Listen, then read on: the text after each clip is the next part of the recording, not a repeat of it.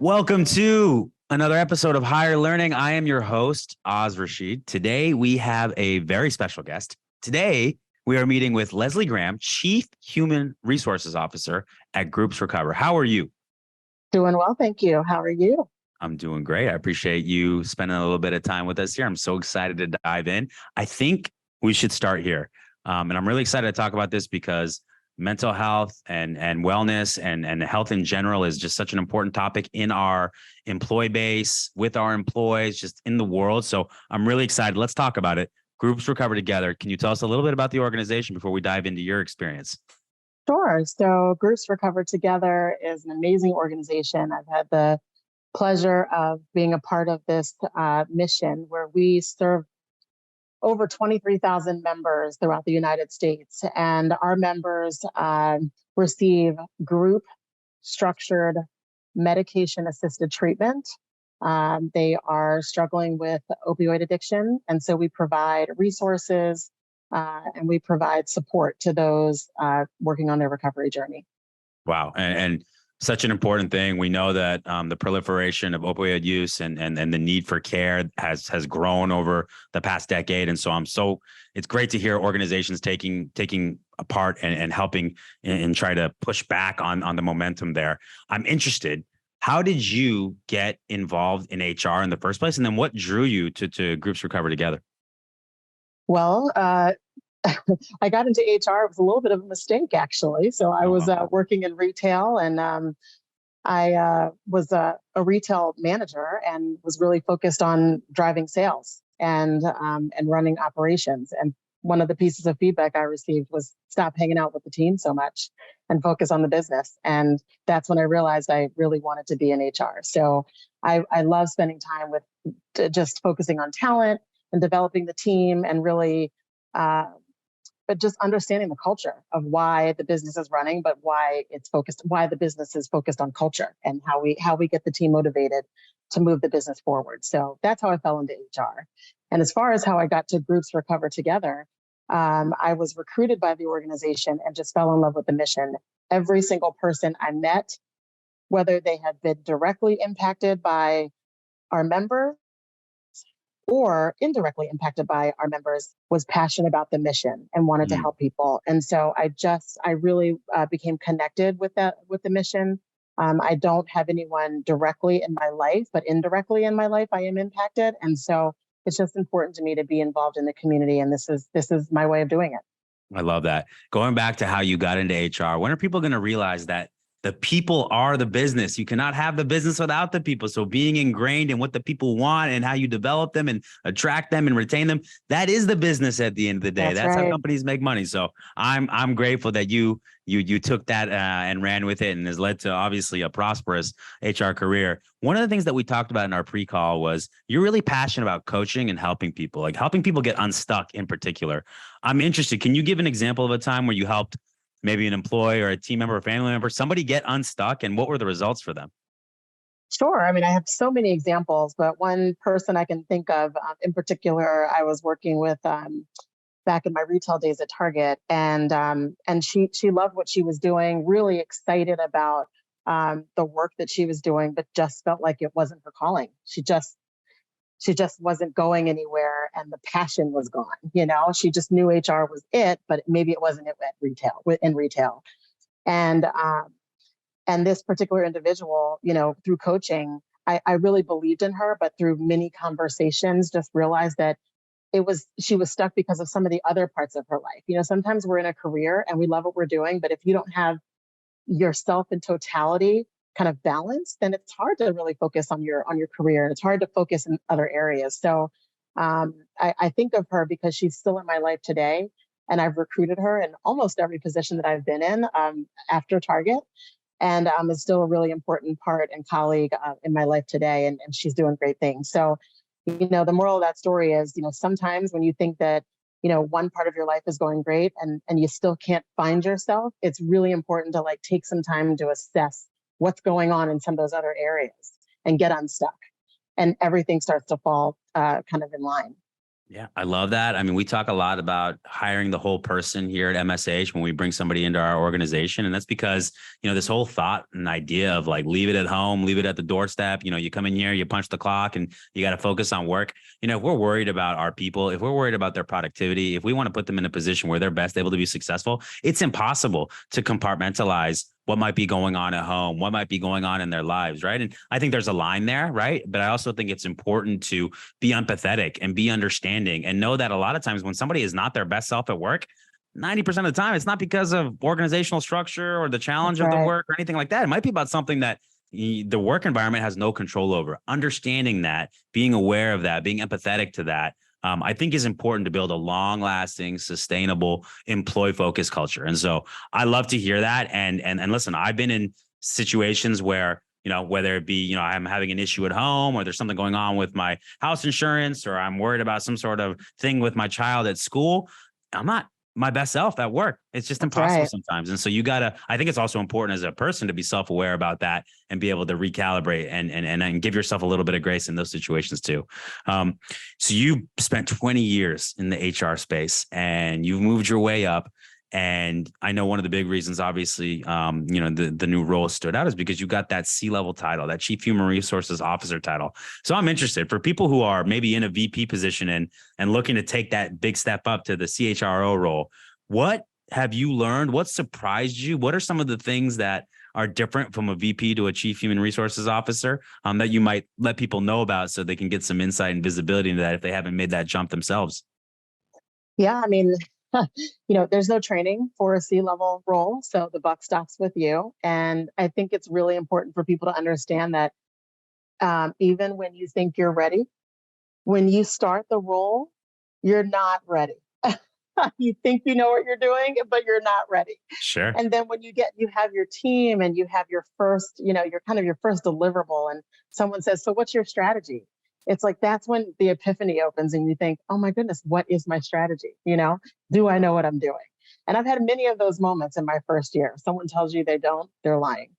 And so I think, what I've learned is, I know it sounds easy, but do a lot of listening. And it's really important to think through. The impact is so important of the decisions that you're making because the ripple effect is major, and the strategic component of the decisions that you're making is major. But it's also important that you have this well-balanced decision-making strategy as well, because you can't think about just one area of the business. You have to be a business partner. You've got to think about the revenue. You have to think about the people. You have to think about the timeliness of the decision and how the folks in the field are going to feel about it, and how are they going to respond to it, and the messaging and the face and the voice of that decision. So all of those things are happening, and you have to make several decisions at the same time. And all in all, you have to be confident and just know that wherever it lands, you got to be able to handle it. So it's a balance of being able to just be black and white and nimble and gray at the same time, and be okay with your voice, no matter how it shows up. And one analogy that I always use is the swan analogy. Just stay cool, right? Like you see a swan in the water, just keep floating. You may be flustered as all get out of the water, but just stay cool, because everyone's watching the CHRO at all times when it comes to culture. I love that. I mean, you have such a responsibility, not just to your team in HR, but to, like you said, to the rest of the organization. You're supporting all of the employees within the organization. I'm interested, what in your mind does the optimal HR organization look like for the rest of the business? Like, how are they interacting? Who are they interacting with? What are the things they're focusing on? Like, I got to imagine that you get feedback from the business all the time. What is it that they're looking for? And what do you think is kind of the optimal balance of what an HR function should be doing to push an organization forward? That's a great question. I think the optimal HR team is really that of respect and honesty and transparency. We're not a yes team, right? We're the team that does the right amount of listening, but also the right amount of challenging when it comes to a business and people decision. Mm, And so we want to have a seat at the table. And many times we may not be asked, but we may be expected to show up with a response to what's being shared at the table. mm, And many times when we share, they don't necessarily like what we have to say, sure. but it's expected that the opinion is shared at the table. And most times I've found that our opinion and our perspective is appreciated and most times considered post meeting. That's when it makes a difference.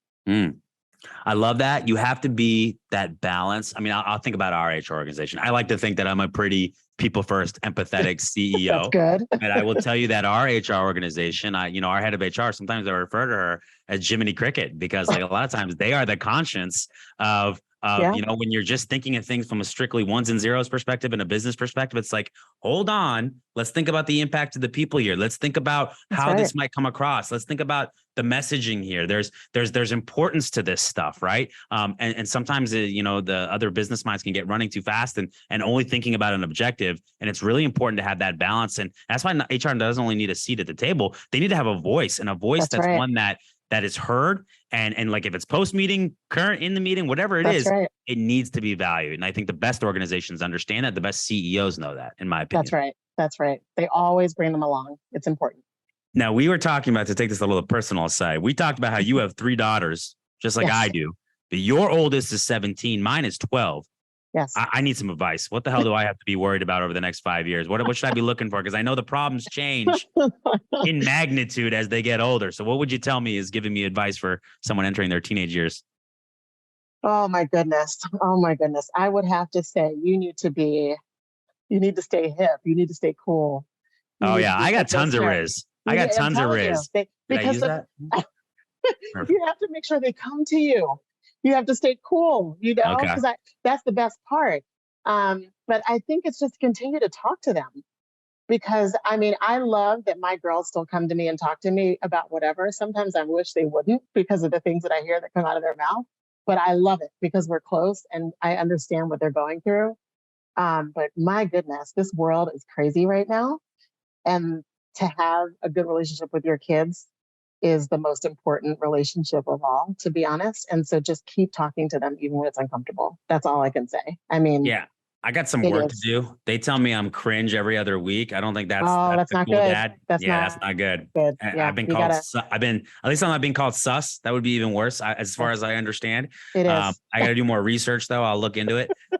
But here's what I would say. It's tough as a parent, if you want your children to open up to you, right? Yeah. You have to sometimes fight your first reaction, right? So like, they'll come say something that I don't love or I don't like, or I wish they weren't thinking that way or saying or doing these types of things. But I know if my first response is coming down on them, that's going to lessen them coming to me in the future and thinking they can open up to me and share to me. And who knows what you might miss if you don't build that type of trust and rapport. So my wife has done a fantastic job with that. I think I've done a pretty good job with that, but based on the amount of times I've been called cringe, I got some work to do. It's okay. You can still let them know that you don't like it. You just can't let it be the first thing that comes out of your mouth. Sure. They have to know. They have to know when you don't like something. It just has to be in a very hey, I don't really like that. Okay. But if they know that you still respect them, but you don't like their decision making or the way they're thinking, they'll still come back and talk to you. I had to learn the hard way too. I was pretty cringy at first as well. I love it. It's great advice. I got to be honest with you. I always felt, because I had management chops, I thought I'd be pretty good as a parent. And I think there's some things I do really well, but gosh, girls are just a whole different world. I lack a little bit of empathy of what a little girl goes through at 12, 13, 14 years old. You better hold on. Just check in on your wife, because that's the one you gotta buy her some presents. In about 3 years, she's going to be screaming. Presents. I got presents. I'm underlining it. All right. I know what I got to do now. All right. Listen, the whole emphasis of this podcast is my area of passion, my life's pursuit. Great hiring. And so as somebody who is the head of HR for a big organization, who's been in various levels of HR, worked at big companies like Target, I want to hear a little bit about your philosophies and kind of your approach when it comes to hiring. So we'll start there. Okay. When you're bringing somebody into your organization, your team, do you have any particular hiring philosophies that you adhere to as you bring them in? It's really important, just overall, to make sure, like I mentioned in the beginning, to connect with the whole person. And really have a strategy around who are the key stakeholders that we are introducing these folks to. Like, what is the purpose of this interview, and how we're bringing them into the organization, and what is the interview process? Like, what is our strategy? Because they're interviewing us just as much as we're interviewing them. So we want to make sure they fall in love with us. They fall in love with the role. They fall in love with the culture and the company. so that if we get to that point where we want to make a decision, it's a no-brainer. And that's really important. Yeah, I love that. Let me ask you a question. Have you ever had anybody on your team that you struggled to break through with, or that just wasn't open to sharing, or that you could tell there was something there, but they just weren't completely comfortable being out in the open like that? And if so, how did you handle that? Some people just are not as vulnerable and as good as making connections in the beginning. And I've inherited folks like that quite a bit. So I tend to buddy them up with people that are really good at it or have struggled with it in the past and have taken those appropriate steps throughout their career to build on how to become a little bit more vulnerable in their space. And so you just have to decide like what's going to be more comfortable. Some people get really motivated when they are around people and energized by someone that's like super open, right? Some people cringe and get upset, right? They get a little scared.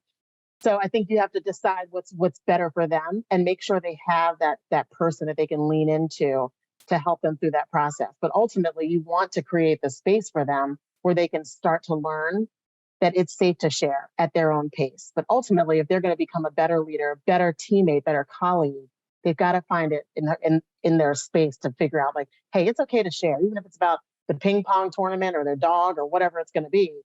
You got to get in there and just learn how to do it and become more comfortable as you get into that team.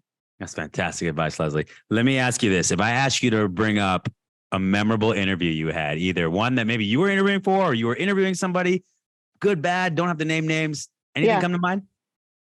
I do. I have this question that I ask that usually sometimes it pretty much gets people pretty stuck. And I don't do it to get them stuck, but I do it because I really want to understand how they take feedback. And I ask them, what's the toughest piece of feedback that you've ever received? Who was it from? What was it? And how'd you handle it? And I had someone tell me, I have never received a tough piece of feedback. And it stumped me. And I found it to be the strangest response because I thought to myself, if you are, and this is I was interviewing for a director role. And I thought, if you are interviewing for a director role and you've never received a tough piece of feedback, how do you navigate the professional world? Like, how do you get 360 feedback? If I told you that you didn't do a good job on that project, it didn't meet expectations. And that was my first time encountering someone that had never received anything constructive. And so I was stumped. I just had never, and so that was a really interesting conversation because I told them, hey, I've never met someone like you that is absolutely perfect in their own mind. And they told me congratulations. And, interestingly enough, we didn't move forward, but I thought that was just a really cool experience. Yeah, that is definitely memorable. All right, listen, I love to role play here. We're gonna do this right now. Okay. I want to know I'm gonna ask you, and then you ask me that question. What's the toughest bit of feedback you've ever gotten? I had someone tell me that I wasn't a reliable colleague. Ooh, okay. It What was stung. the context? How did you handle it? Well, I got really quiet. I got a little defensive inside. And I thought to myself, gosh, what could I have done to make this person feel this way? And it stumped me. It really did. But after I thought about it and I said, can you give me an example of when I have not been reliable? They gave me a really good example. And it was a team effort, but I was the leader of that team. And so it was a humble moment for me because at that moment I had not provided the right direction. And we missed the mark on some deliverables. And was it something that had happened often with my team? No, but all it takes is once to show another party or another group how you perform. And I think it's stuck in my mind that you really need to show up all the time. And sometimes certain mistakes can really kind of, change the face of how you show up for others. And so it was a good learning experience for me. I love that. That's great vulnerability by you. I appreciate you. Now we got to fire back. Come back. Yeah. So I'd like to know. Okay. Tell me a little bit about the toughest piece of feedback that you've received. How did you handle it? What was it? And honestly, who was it from? Okay. So not the name of the person, but maybe like it was a few years ago. And it was probably like, I want to say 2015, 2016 timeline. And it was from a customer or a prospective customer. And we had gone through a proposal process for something that I thought we were tailor-made to kill. And I had gotten a lot of buying signs and a lot of positive feedback, and we didn't win the work. And I am somebody that is constantly seeking out feedback. So I asked, why did we not get the work? And their response to me was, well, you and your team, but in particular, you came across as too salesy, too manicured.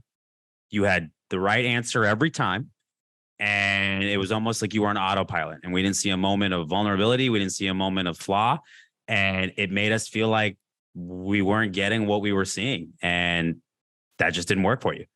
And I was really taken aback because I've always taken a lot of pride in my ability to articulate myself. I always prepare very heavily going into these things. So I can answer all these questions. And I'm super passionate about my company and what we do. And so at first I was defensive and I was like, well, they just don't know me. Like they don't know who I am. And then I thought back, this is not how I want to come across though. And this can't be the first person that's ever felt this way. I just haven't gotten the feedback before. And so I've got to really reverse engineer what I'm doing in these situations. It's not that I have to like stumble on words or say I don't know when I do know, but I have to figure out how, I had to think about it. Maybe I need to listen more. Maybe I need to open at more open-ended questions. Maybe I can defer to a teammate to answer a question instead of myself, right? Instead of, speaking over somebody, right? And so I rebalanced myself a little bit and realized that just because I have the answer doesn't mean I need to be the one to give it. Just because I'm very well prepared doesn't mean I have to show it. And sometimes I've got to tone down my really authentic passion for what it is I do, so I don't make people feel like I'm disingenuous, because that's the last thing that anybody who knows me would tell you I am. But if I make you feel that way, that doesn't really matter if I am or not then, right? It's how you make, I always find that it's not about your intent, it's how you make people feel. And so if I'm making anybody feel that way, that's good feedback for me to take and apply. And I haven't heard it since, so maybe I've gotten better at it, but I'm sure it's something I can keep working on. No, that's an awesome story, because I've heard that so many times that sometimes, people mistake like a really exciting, energetic person for something else if that's not how they receive it. And that's awesome that you were able to kind of take it and really understand it. I actually think it's made me better and I've benefited from it. I wouldn't say I've turned down the volume. I'm always kind of loud. But I would say that I've maybe turned down the need to jump in and be the one to answer things I guess what I really did is I put my team more to the front in a lot of these situations and became more the proud papa, rather than saying, let me drive the bus here because they're going to see me as the voice of authority. And I think that's been to the benefit of our company, benefit to me. But I needed that feedback to hear that before that was something I was ready to do, I guess. And it also helps with like EQ too. It always like sharpens it a little bit, just becoming a little more aware of like body language or tone, or, sure, just kind of seeing how people are responding to you or what you're delivering. Yeah, well, if you think about it, I mean, the company had been around for 5 or 6 years. It was my baby. It was something that, like, you can't call my baby ugly. And so for me, like, there was probably some level of I need to take my grip off the steering wheel and allow other people to drive. And I think the company's been able to scale and grow because of that epiphany that feedback gave me. So I always say feedback is a gift. That's right. Really appreciate you sharing, Leslie, that feedback. And hopefully somebody can take something away out of both of our stories. That's right. All right. Do you have a favorite question that you love to ask? I think you already said one with regards to the hardest part of feedback. Is there another one that comes to mind that you like to ask?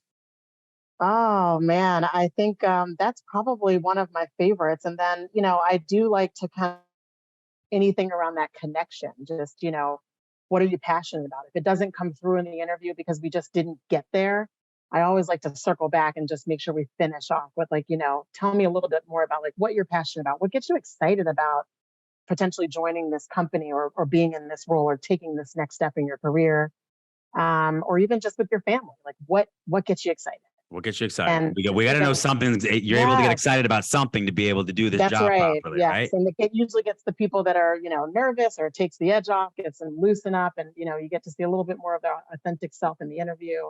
I like to see that side come through a little bit more. I love that. What about when you get to the end of the interview, a lot of times, and you say, what kind of questions do you have for me? What type of questions move you? What do you want to hear from a prospective candidate? What type of things should they be asking you that really get you like, ooh, I'm excited to tell you about this? I like questions that that prompt storytelling in the Mm, sense of, tell me why this role is open, or tell me what the expectations are, like, because it shows me that they're excited about delivering results. And then also tell me about the team. Like, they merge the two. I want to hear a little bit about results and a little bit about the team, because it allows me to see that they're balanced. If I see one questions more to one side, that makes me a little nervous. okay, good. I love that. So what we all miss, right? No one's 100% of hiring, right? It just doesn't work that way. When you Mhm. miss on somebody, is there a theme that you can look back on, or a question you wish you would have asked, or a red flag you didn't pick up on? Like, when you miss on somebody, is there usually a thread there that you look back on with regret? Yes, they're too much like me. Hmm. We all make that mistake, don't we? We We love to all hire make people that are just like We us. sure do. And the times that I have made those hires, they are little Leslie's, and that is not what I need on my team. Love that. So you want the diversity of your team. You don't I want do. a mini me. You want I somebody do that has not. diversity of thought, diversity of experience, diversity of knowledge. That's right. I do. I do better with those that bring just a diversity of all, so that we can come together and have great results together. I love that. During the interview process, how do you create kind of a realistic job preview of what it's like to work at your organization, work for you? Like, how do you, because as much as you want to question and do due diligence on the person that you're bringing in, you also want to make sure that you're clear to them. Here's our expectation. Here's our culture. Here's what we're about. Do you do anything unique in there to kind of share and give people an idea of what they'd be walking into if they were to join your org? I mean, I make sure that they talk, to everyone, key stakeholders at all levels. That's really important to me, because, and I tell them, ask the hard questions. Like, what does Leslie expect? What is she like on a Friday at 5 o'clock? Like, understand what's going on, because that is real life. Take me through a day in the life of what it is to work for her, with her, through a hard project. And I think it's really, really important that they ask those tough questions. I don't know if it's necessarily unique, but I do make sure that that happens, because I think we get so excited about what it's doing for the candidate, but we need to make sure they know all sides. Mm, love that. What do you do from a technology perspective when it comes to hiring? Do you have any technology that you leverage? Do you just write scribble notes? Do you keep it committed to memory? Like, what do you leverage around you as tools to be effective at hiring? So, in addition to some of the assessments that we use, I use them as tools. But I'm a paper girl. I love start, stop, and continues. I use my OneNote quite a bit, but I still do like the pros and cons at the end. I really am a pros and cons when I'm comparing candidates. Wow. So I take it back. We found Dunder Mifflin's lone customer. They still It's exist. me. It's Limitless me. paper in a paperless world. You love to see That's it. right. I Pros and do. cons. I do, because at the end of the day, when you're struggling, that's what it is. It's what it's Listen, about. I like to read. I think I'm the only one that still buys these hardcover books, and I'm sitting there flipping, and like all these people on their Kindles and pods and all that, and they're looking at me like I'm from like 1935. I'm like, listen, I just like the physical I like the manifestation of a feel of book. it. I do. I like the Yeah, feel of it. I like my notes. I'm with you. I'm with you. All right, let's take this in a little bit of a different direction. You said something about day in the life of working with Leslie. I'm interested. You care so much about the people, the one-to-one, those interactions, right? How much of your day do you get to make time for that? Is that something that you have to be intentional about? Do you get to do that? Or are you spending a lot of your time in your office strategizing and then meeting with stakeholders? Like, help me understand how much of that one-to-one team member interaction you get opposed to the rest of your day. I spend a lot of time with the team. I actually have to be more intentional with the strategic planning, Mm, and it's really important. I Because of the size of our organization, we're just under 750 employees. I have to make sure that I am spending a lot of one-on-one time with my team, doing a lot of developing and helping them through a lot of, projects that they're working on. So I think because of the state of the state, that's how I spend my time. So I would say probably 40 to 50% of my time is spent having conversations with cross-functional partners, as well as those on my people team. And I'm really intentional about making sure I protect the time for the strategic planning, project work, and things like that. mm. But it's a really tough balance, I have to say. I got to ask you a question. I'm just curious about this. If I had to, if I pulled your team, a couple of your team members aside one by one, and I said, describe Leslie's leadership and management in one word, what do you think they'd come back to me with?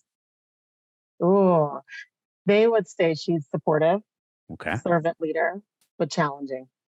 Love that. Ooh, good combo. Yeah. What are you And working on? What are you working on right now that you're really excited about? What are you juiced about?